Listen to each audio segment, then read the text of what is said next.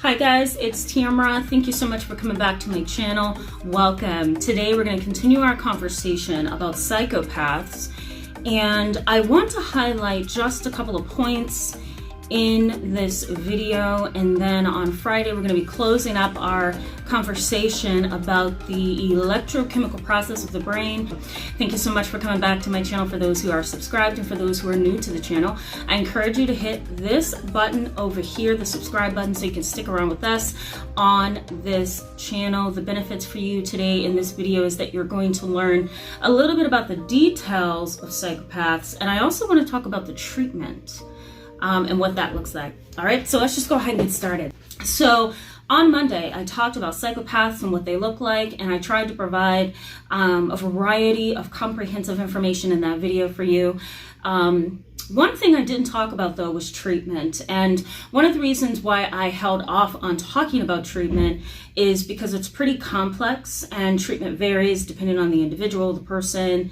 And then on top of that, treatment is pretty minimal when it comes to treating psychopathy. So, you know, it's really hard to create a video about the treatment choices for people who are psychopaths and even juveniles who are starting to look like sociopaths. It's really hard to pinpoint and nail down what treatment should be. But there's a couple of treatment choices for individuals who are psychopaths, narcissists, sociopaths, and so I'm going to point that out in this video.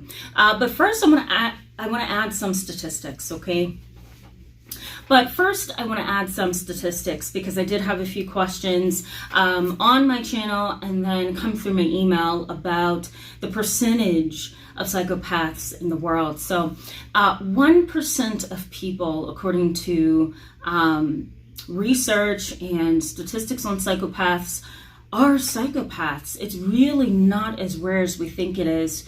As a matter of fact, there are some people who are tagged narcissistic when they should be correctly tagged psychopaths. Okay, so 1% of the population. Interestingly, research also highlights that men tends to be more the psychopaths than women. Women aren't typically identified as psychopaths. And when they are psychopaths, they tend to really behave and think differently than men. And I may have pointed this out in a previous video, so I'll put it at the end of this video for you to check out. But my understanding is that women tend to be overlooked and minimized as psychopaths, okay?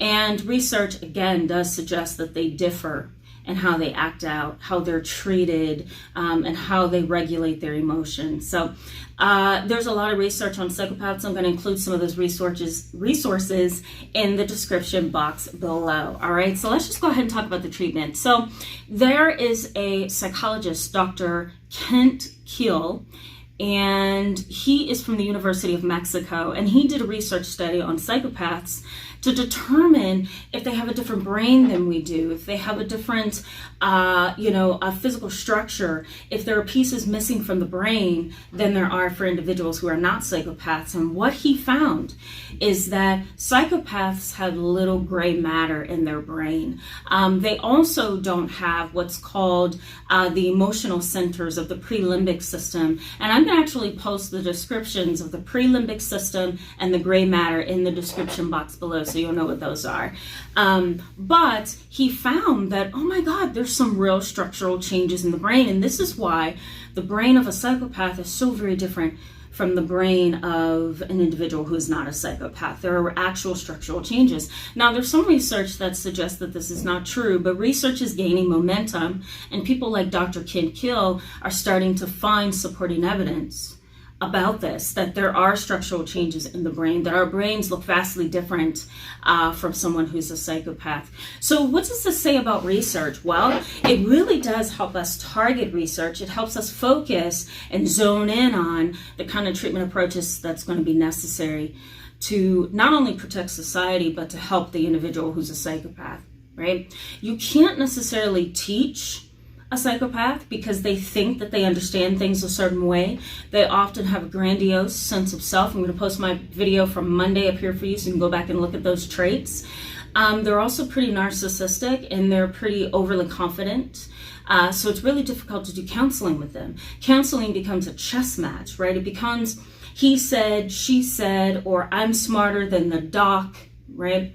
There's a lot of sarcasm that's usually in those kind of sessions. There's a lot of rebellion and confrontation and argumentativeness and proving the doctor wrong. And it's really a chess match, a tennis match, a game for the psychopath. And that's why treatment is usually very difficult. Treatment is also very difficult because the individual has no insight.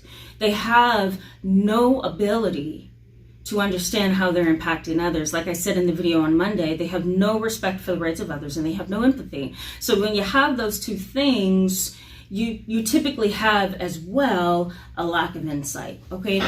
So how do you treat these individuals? Well, the treatment comes from the criminal justice system, and sometimes it comes from a psychotherapist or a psychiatrist who can target the emotion dysregulation that's often inherent in an individual who's a psychopath. So what I mean by that, let's start with the criminal justice system. What I mean by that is, the individual commits a crime, a burglary, a robbery, a murder, a rape, whatever. They get caught. They get into the criminal justice system. They end up in front of a judge. The judge grants so many years time to pay back fines and restitution and volunteer work and serve some time behind bars. So okay, there's the punishment, but where does the treatment come in?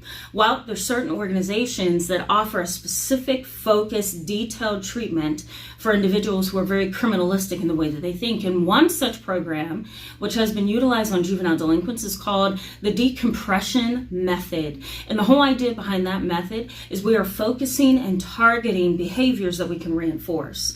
So remember I said in the video on Monday, psychopaths tend to be reinforced by the criminal justice system. They also tend to be reinforced by special things like money and attention and fame and all of that, right? Some sort of self-stimulation or some sort of stimulating something, right?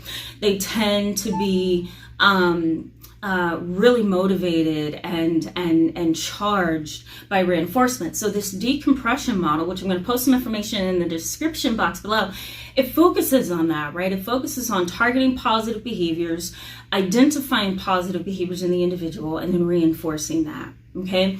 The next treatment method can be medication. Now, medication is not going to change the psychopath. It's not going to change the personality. But what it is going to change is the emotion dysregulation, the irritability, the frequency of anger outbursts, the mood fluctuations, right? You have to keep in mind that psychopathy is a personality disorder. Mood dysregulation is often a mental illness like bipolar, depression, ADHD, that kind of thing. So medication may target depression, it may target mania, it may target impulsivity, but it is certainly not going to change the psychopath's personality. And last but not least, another treatment that may be helpful is any kind of treatment that's going to be structured, focused, and one-on-one. A lot of psychopaths cannot be in group therapy. They cannot be in emotion-focused therapies like with dynamic psychotherapy. They can't be engaged in any of that kind of therapy because, again, it becomes a game. They have no empathy. They have no emotional centers in the brain. So really what we're working with is an individual who's going to need a very straight to the point, focused, consistent, one-on-one type of therapy, and that will not be group therapy. It's typically, again, a criminally or forensic focused type of treatment. All right, it's really tough to deal with psychopaths, and the research is really, really slim and dim when it comes to dealing with them. So we have a lot of work that needs to be done in this field. Thank you so much for being with me in this video today. I encourage you to give it a thumbs up if it was helpful. Let me know what your thoughts are in the comments section below, and I will see you on Friday with another video. Thank you so much for watching. Bye-bye.